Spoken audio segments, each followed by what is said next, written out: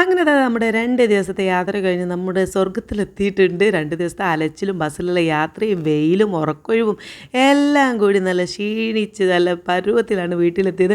വീട് കണ്ടപ്പോൾ നമുക്ക് എന്താ ഒരു സമാധാനം. എവിടേക്കെങ്കിലുമൊക്കെ പോയി വരുമ്പോഴാണ് നമ്മുടെ വീടിനെ ഇത്രത്തോളം മിസ് ചെയ്യണത് അല്ലേ.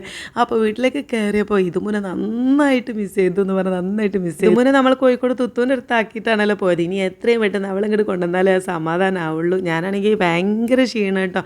ഒന്ന് ബസ്സിൽ നിന്നൊക്കെ നല്ല പനിയും തൊണ്ടവേദനയും ഇൻഫെക്ഷനും ഒക്കെ കൂടി എന്താ പറയുക, വീട്ടിൽ നിന്ന് എത്തി കിട്ടിയാൽ മതി എന്നുള്ളൊരവസ്ഥയായിരുന്നു. വന്നപാടെ ഞാൻ നല്ലൊരു ചൂടുള്ള ചായ ഉണ്ടാക്കി കുടിക്കാമെന്ന് കരുതി അടുക്കളയിലേക്ക് ചായ മാത്രം ഉണ്ടാക്കിയാൽ മതി കേട്ടോ. കഴിക്കാനുള്ളത് എന്തെങ്കിലുമൊക്കെ പുറത്തുനിന്ന് കൊണ്ടുവരാമെന്നാണ് മൂപ്പർ പറയുന്നത്. അപ്പോൾ എന്തെങ്കിലും ലൈറ്റായിട്ട് മതി. കാരണം എനിക്കൊന്നും പനിയും തൊണ്ടവേദന കാണ്ട് ഫുഡൊന്നും ആവശ്യമില്ല.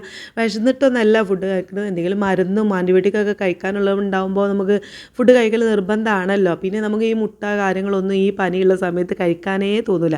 അപ്പോൾ അതിന് വേണ്ടിയിട്ട് എന്തെങ്കിലും ലൈറ്റായിട്ട് കൊണ്ടുവന്നാൽ മതി എന്ന് പറഞ്ഞു. പിന്നെ നീനുട്ടിയാണെങ്കിൽ ഓൾറെഡി ഒന്നും വേണ്ട എന്ന് പറഞ്ഞ് അവൾ വന്ന പാടെ മേലും കഴുകി അവൾ അവിടെ കിടന്ന് ഉറങ്ങാനും തുടങ്ങിയിട്ടുണ്ട്. അപ്പോൾ ഈ കൊണ്ടുവന്നിട്ടുള്ളത് എന്താ വെച്ചാൽ ബണ്ണാണ് കേട്ടോ. ഞാനാണെങ്കിൽ ഒരുപാട് കാലമായി ബണ്ണും ബ്രെഡൊക്കെ കഴിച്ചിട്ട്.